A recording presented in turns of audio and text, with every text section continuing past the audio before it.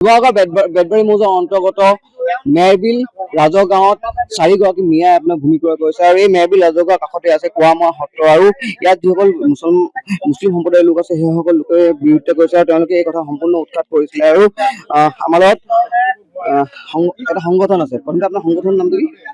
আমি সদৌ অসম গৰিয়া জাতীয় পৰিষদ, আমাৰ শিৱসাগৰ জিলা সমিতি। আপোনালোকে কথা উৎখাত কৰিছিলে যে এনেকুৱা ধৰণৰ হৈ আছে, এতিয়া এই বিষয়ে কি সিদ্ধান্ত গ্ৰহণ? এই কথাখিনি আমি ইয়াৰ স্থানীয় ব্যক্তি, ইয়াৰ ৱাৰ্ড মেম্বাৰ আৰু ইয়াৰ যিখিনি মানুহ আছে মহন্ত গোহাঁই গৰিয়া, তেওঁলোকৰ পৰা আমি গম পালো। তেওঁলোকে নিজে আচৰিত হৈ গ'ল যে তলে তলে কেনেকে চক্ৰ বিষয়া কাৰ্যালয়েদি তেওঁলোকে নামজাৰি পৰ্যন্ত কৰি বহি আছে। এতিয়া আমাৰ কথা হ'ল কি, আমি বহুত দিনৰ পৰা দেখি আছো দল সংগঠনে খুব ডাঙৰ ডাঙৰ হুংকাৰ চিঞৰ বাখৰ আৰু দুদিনমান ন্যায় খুব তাৰমানে টেক খুলি গহীন হৈ থাকে, তাৰ পিছত আকৌ একে কুচকাৱাজ একে কাম কাজ। গতিকে এইবিলাক চলি থাকিলে মানে আৰু হওক, এনেকুৱা হ'ব, ৰিপৰ্টাৰ আহিব, এইবিলাক কথা আলোচনা হ'ব, দল গঠনে হুংকাৰ দিব, ঘূৰি একেটাই কথা হ'ব। এতিয়া এইটোৱে এটা দৃষ্টান্ত যাব লাগে যে মাটিটো কেনেকে ঘূৰি লয়, যিহেতু ইয়াত এটা ল এণ্ড অৰ্ডাৰ কথা আহি যাব।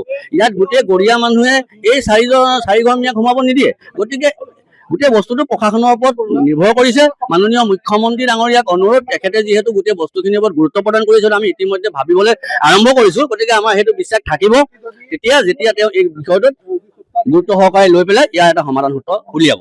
ইয়াৰ এটা স্থানীয় মুছলমান সম্প্ৰদায়ৰ এজন লোক আছে, যিজন লোকে আপুনি ইয়াৰ ৱাৰ্ড মেম্বাৰ হয়। মই বেতবাৰী পঞ্চায়তৰ 4 নম্বৰ ৱাৰ্ডৰ সদস্য হয়। তো কথা হৈছে কি, ইয়াত আমাৰ মাটিডোখৰ 4টা মিয়াই কিনিছে। 4টা মিয়াত এজনী মিয়া মাইকী মানুহ বিয়া হৈছে বিহাৰী সম্প্ৰদায়, তেখেতৰ আমি ডকুমেণ্টছ পোৱা নাই। বাকী 3জন আমি সম্পূৰ্ণ ডকুমেণ্টছ পাইছো। তাৰে এজনৰ দেউতাকৰ ঘৰ বাগবত, আৰু ল'ৰা হৈছে শিৱসাগৰত। কেনেকে জালিয়াতি কৰি আধাৰ কাৰ্ড বনাই মাটি ক্ৰয় কৰিছে আমি নাজানো। সেই মাটি ক্ৰয় কৰাটো মানে আমি গম পাই পেলাই লগে লগে আমি মাটি মকবুল হুছেইন ববাদু আলী তেখেতৰ পৰা ক্ৰয় কৰিছে। এটা দালালি মাটি ঘূৰাই ল'ব আমাৰ স্থানীয়, আমাৰ খিলঞ্জীয়া, যোনে নহওক লাগিলে খিলঞ্জীয়া, হিন্দু মুছলিম ক'বলৈ নাই, যোনে মন যায় কিনি ল'ব পাৰিব, অসুবিধা নাই। জাতীয় সংগ্ৰামী সেনা শ্ৰীযুত আমাৰ লগত আছে আৰু আজি ফ'ল' কৰিছে আপোনালোকে, যিহেতু 4টা মিয়া পৰিলে ইয়াত আপোনাৰ ভূমি ক্ৰয় কৰিছে, কি ক'ব? চাওক, অতি দুখজনক এটা বিষয়, যিটো সময়ত মাননীয় মুখ্যমন্ত্ৰী মহোদয়ে আচলতে সন্দেহযুক্ত লোকসকলক অসমৰ পৰা বিতাড়নৰ ব্যৱস্থা কৰিছে। তেনেকুৱা এটা সময়তে ঐতিহাসিক শিৱসাগৰৰ এই কুৱামৰা সত্ৰৰ কাষতে, য'ত খিলঞ্জীয়া মানুহৰ মাটি আছে, তাৰ কাষতে মিয়াই যি ধৰণৰ বসতি স্থাপন কৰাৰ কাৰণে যোজা কৰিছে, তাক জাতীয় সংগ্ৰামী সেনাই ধিক্কাৰ জনাইছো। ইতিমধ্যে জাতীয় সংগ্ৰামী সেনাৰ কেন্দ্ৰীয় সমিতিৰ লগতে আমি জিলা সমিতিৰ এটা সজাতি দলে সৰজমিন তদন্তৰ কাৰণে আহিছো, আৰু আমি ইয়াত আমাৰ আচলতে মিয়াসমূহ ইয়াৰ পৰা যোৱাৰ কাৰণে যি ধৰণৰ ব্যৱস্থাৱলী কৰিব লাগে আমি ফলক বনাই ইয়াত অৰাৰ ব্যৱস্থা কৰিছো।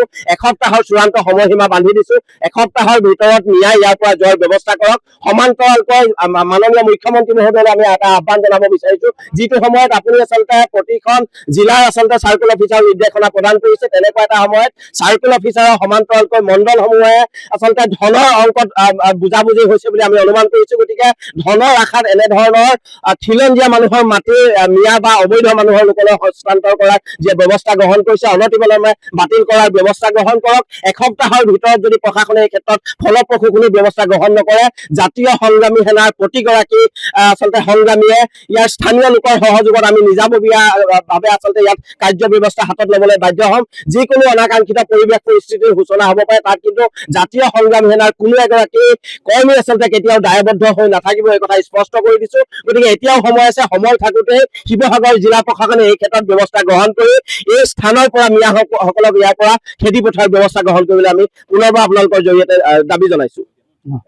এটা কথা উল্লেখ কৰিব লাগিব যে কাষতে আপোনাৰ কুৱামৰা সত্ৰ আছে, আৰু এই কুৱামৰা সত্ৰৰ কাষত যিসকল ইছলাম ধৰ্মী লোক আছে বা আপোনাৰ সনাতনী লোক আছে, তেওঁলোকৰ লগত সদায় সম্প্ৰীতিয়ে তেওঁলোকে থকা দেখা পোৱা হৈছে। আজি এটা বস্তু আপোনাৰ দেখাব লাগিব যে উজনি অসম মিয়া ত্যাগ কৰক জাতীয় সংগ্ৰামী সেনা এখন ফলক মানে ৰাইজে, যিহেতু ইয়াৰ যিখিনি ভূমি দেখিছে আপোনাৰ এই ভূমি এবিঘা 4 লোচা ভূমি 4টা পৰিয়ালে আপোনাৰ ক্ৰয় কৰিছিলে, আৰু যাৰ বাবে তেওঁলোকে আজি তীব্ৰ বিৰোধিতা কৰা পৰিলক্ষিত হৈছে। ইয়াত যিসকল স্থানীয় ব্যক্তি আছে, স্থানীয় ইছলাম ধৰ্মৰ যিসকল লোক আছে, তেওঁলোকে আপোনাৰ ইয়াৰ বিৰোধিতা কৰিছে, আৰু বিষয়ববীয়াসকলে তেওঁলোকে কথা পাতিছে, প্ৰশাসনিক বিষয়ববীয়াৰ লগত তেওঁলোকে কথা পাতিছে, কথা বতৰা তেওঁলোকে চলি আছে। আৰু এটা কথা উল্লেখ কৰিব লাগিব যে যিহেতু যি মাটি ক্ৰয় কৰিছিলে সেইসমূহ যি 4টা পৰিয়ালক ভূমি তেওঁলোকে যিমানটো মূল্য, সেই মূল্য তেওঁলোকে ইতিমধ্যে উভতাই দিয়া সিদ্ধান্ত এটা গ্ৰহণ কৰিছে আৰু এই মিয়াক কোনো পধ্যে শিৱসাগৰত তেওঁ স্থান নিদিয়ে বুলি স্পষ্ট কৰিছে।